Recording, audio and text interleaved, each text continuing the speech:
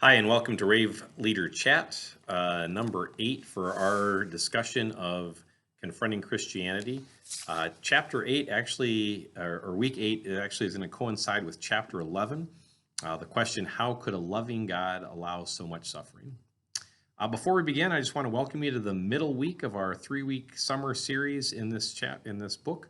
Again, great 3 chapters that we will miss in this study, but we wanted to be good stewards of time and encourage your group to continue to read.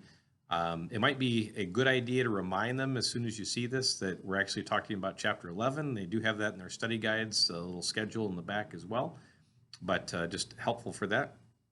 And continue to I want to just continue to affirm that building relationships and lifting one another up in prayer aspect of our small groups. What a wonderful blessing we've been given to walk through life and to build faith with a small group of people. So thank you for your continued leadership. She gets out of the blocks pretty quick with one of her favorite people to quote, gentleman by the name of Dawkins, and he kind of gives, Richard Dawkins, gives kind of an understanding of maybe sort of that there is no purpose to suffering, that if there's no right and wrong, no good and bad, whatever, it really is just something that's part of life. What do you do with it? And that really kind of gets her to the point of restating her question. How do we as Christian people, or how do we just as humanity, deal with the reality of suffering? She treats suffering with great respect and authenticity, never brushing it aside, but also says, how do we really sort of wrestle with that? So she sort of offers 3 sort of, she calls them frameworks or worldviews. First is God, or is addressing suffering without God. And she sort of points to what the problem of the Dawkins quote is. If there is no meaning, no reason, no hope, there's also no good and evil. So why are we lamenting? There's really no you can't really value add to your experience that it's bad for you, because there's no good or bad. It's just your personal response. And so not only are you stuck in suffering, but you're also told from a purely atheistic worldview that there's no hope. And she sort of uses that quote that atheism amputates hope. But she acknowledges, in a relationship with a friend, that she's got an atheistic friend who's still holding out that there is some searching for a godless universal meaning, that there's got to be something that puts all this together. And again, that gets back to that larger search that all of us have for something more meaningful. She turns into an opportunity sort of as a segue. Well, so if you don't like the meaninglessness and the bleakness of that suffering without God, maybe we look at a Buddhist worldview. And it seems to offer the promise of a refuge from bleakness, but without the strictures of organized religion. And so there's a recounting of the Buddhist story. And then sort of at page 196, there's sort of a summation of a Buddhist worldview, just in brief. Buddha proclaimed that life is suffering and that the only means of escape is to break the ties of attachment that bind us to life. And so there is this pursuit of detachment, and this pursuit of not getting too caught up in our expectations and our relationships and our things. And yet she quickly points out that that there's a great cost to that, and that although it shelters us from suffering, it comes with a great cost of love and great joy. She does a good, again, she appeals to sort of general revelation. She sort of cites some social science responses of people who've been in incredibly deep, difficult circumstances, who still find meaning and purpose and greater satisfaction than dissatisfaction with life. And that was part of the Buddhist thing, as he observed and thought, well, there must be dissatisfaction, so the best way to do that is to not be attached to those. So then she turns to the Christian worldview, and here she does something different this week than in weeks past. In weeks past, she generally takes a sort of a philosophical and a historical and a appealing to general revelation way to answer the question. And here she tells us right off the cuff, we're not going to address this with philosophical arguments. She invites us to walk into the gospel, into John 11, and the raising of Lazarus. So she offers that as sort of the Christian perspective by which we walk through it. Question 4 is great on sort of this discussion, and a question for your group is, what did they take away from the Lazarus discussion? Any surprises that were noticed? Um, Maybe things they want to keep with them as they kind of walk through that. She sort of breaks the story into 4 parts to help us understand sort of the role of suffering in a larger Christian worldview. First, when Martha cries out for Jesus, he doesn't come immediately. And it gives voice to the honest voice to the aspect of faithful waiting and the difficulty of it, that it's hard to do. And there's honest questions in waiting. And she cites that Jesus prays questions in waiting. And Paul asks questions in waiting. C.S. Lewis sort of acknowledges that. So we're not alone. This is not an unfaithful response. But it gets to the question, well, does Jesus really love us then if he doesn't come exactly when we want him to come? She turns then to when he does come. He doesn't come and do exactly what Martha's asking for. He doesn't immediately get there and raise Lazarus from the dead. And he could have done that remotely. Instead, and she sort of says, he changes the terms of engagement. He sort of flips this on its head, that it's not so much about fixing the problems, it's really about him. And so just this quote from 200 is a great one on this. Jesus looks in the eye and says, I am the resurrection and the life. As you stand here in your desperate grief, your greatest need is not to have your brother back again. It's to have me. And so she's highlighting that there's purpose in this chapter of suffering, this chapter of longing for Martha, that she's really being exposed that what she thinks is the answer, what she thinks she needs, is actually different than what she really needs. And Jesus stands there and offers himself as the resurrection and the life. Then Jesus weeps. And so this is an important point in the third part of this account that puts in that God isn't this removed clockmaker who just sort of says, yeah, okay, whatever, you're going through tough times. No, it really introduces that this is the God who inhabits our suffering. He identifies with us.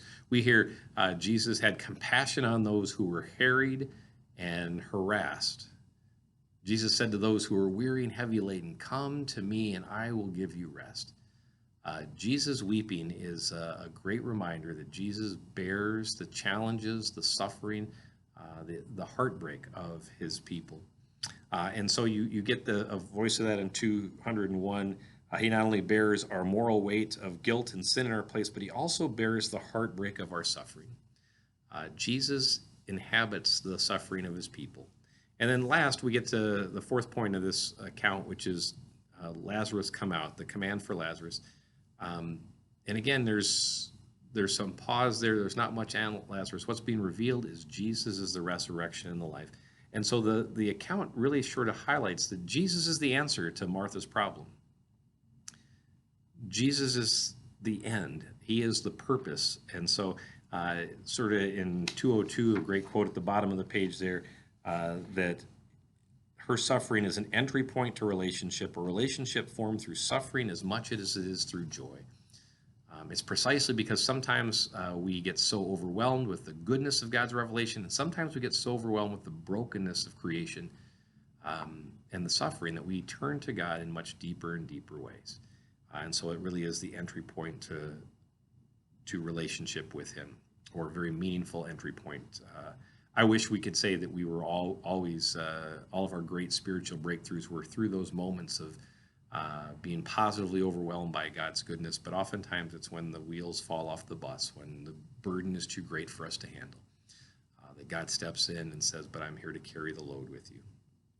And then I like to think that the rest of the chapter is really on a couple of clarifications. As you have this worldview of God suffering with you and helping to get you past that of being your hope and your life,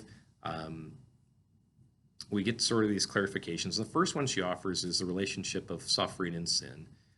She does a quick drive-by of the man who was born blind and healed, and reminds us that the suffering does not stem from the sin perspective or proportionally. It's neither the man's sin or the parent's sin. And so she gives us some wise counsel there that as we search for meaning in our suffering, the category of guilt should not be one of the categories that we assess. And that's such a an important thing for us because we so often want to breathe in very personal aimed suffering for us. Second point she makes is the relationship of suffering and love, and she wants to remind us that it's once again a false dichotomy. That you can be loving and yet still allow someone to suffer. At one point in the book, she talks about taking her child to get a vaccine and how that's painful for the child, and the child looks like they've been betrayed, and yet there's a larger love narrative which governs that. So she says we must sort of reject that false dichotomy, and she points to biblical characters, and we've talked about this in the past. Show me the biblical character that gets excused from hardships and sufferings, and you're going to have a really short list because there's none. And so we invent this false dichotomy that if God really loved us, there would be no suffering.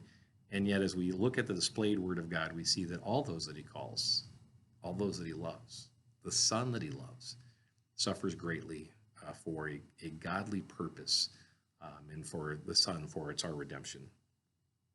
She then invites us to that larger aspect to think about it as in the context of an overarching narrative or a story, the relationship of suffering and story. That we need to be aware that there's a larger thing going on, and that if we stop the tape, we can see one such suffering. But I'd like to say that is a nuance on that.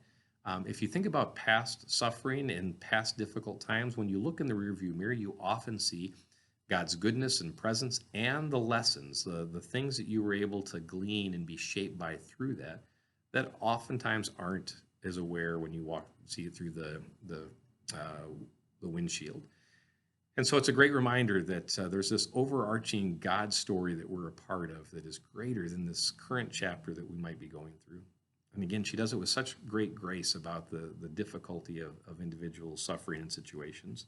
A great quote on page 205 for you: suffering is not an embarrassment to the Christian faith. It's the thread in which Christ's name is stitched into our lives. She sort of begins to wrap up by talking about a little section called Genesis to Revelation. That's really a section sort of saying, well, isn't it just a return to what was beginning?